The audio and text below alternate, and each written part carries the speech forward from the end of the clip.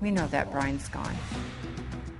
The family of the Giants fan who was severely beaten outside Dodger Stadium by two men is speaking out only on 5 tonight about Bryan Stow's painful progress. Reality setting in tonight for the family of Bryan Stow. Good evening, I'm Micah Ullman. And I'm Cher Calvin. While the 41-year-old is making a slow recovery, he may never be the man they once knew. KTLA's David Begnaud live to share details of their conversation tonight. David? Cher, his mom says he's gone. Even though Bryan is clinically alive, his family tonight, in one of their most candid interviews to date, says Bryan is basically dead. His kids have even asked, will Dad ever remember us? And tonight the kids are being told it's time to start thinking of new ways to remember Dad. Today it was very odd. I was looking at his eyes to see if there was any movement, like any dreaming or anything, and there's just nothing there. The son that we knew, the brother that they knew, the daddy that my grandchildren had, he's basically gone. If Bryan Stow's mom seems like she's given up on her son, don't misunderstand her.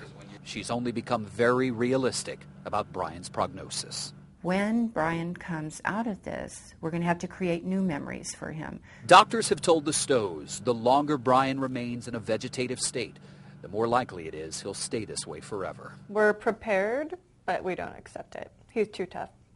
He's too strong. It's been 5 weeks since two men who may look a lot like these sketches nearly beat Bryan to death outside Dodger Stadium while a crowd of people watched. Still tonight, no arrests have been made. I was thinking today as I was looking at Bryan, just laying in there, not blinking, not moving. This is what they did to him. And is it going to take somebody seeing what they've done to my brother in order to get a conscience and turn him in? There's a term called man up. They should do that.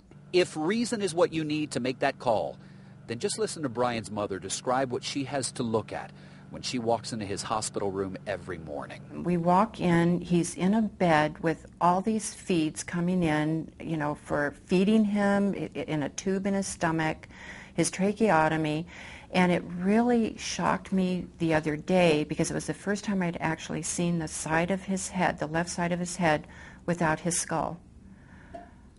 Oh, I could not believe it. The Stows don't know when they'll go home to Northern California, but they know that they won't leave without their Bryan. His mom says she'll spend Mother's Day right by his side. I'm looking ahead for the Mother's Day where the big miracle will be. I'm not expecting that this Sunday. Would it be nice? Oh, you bet. You bet. You bet it would be. Tonight, Bryan remains in a coma. His family is reminding people, look, there is a reward being offered for the person who can help lead police to these attackers. There is more than one person out there tonight who knows the two people who did this to Bryan. So if you can find it in your heart, and if you are brave enough to pick up that phone and make a phone call, the Stow family would be forever grateful. Reporting live tonight in downtown, I'm David Begnaud, KTLA 5 News.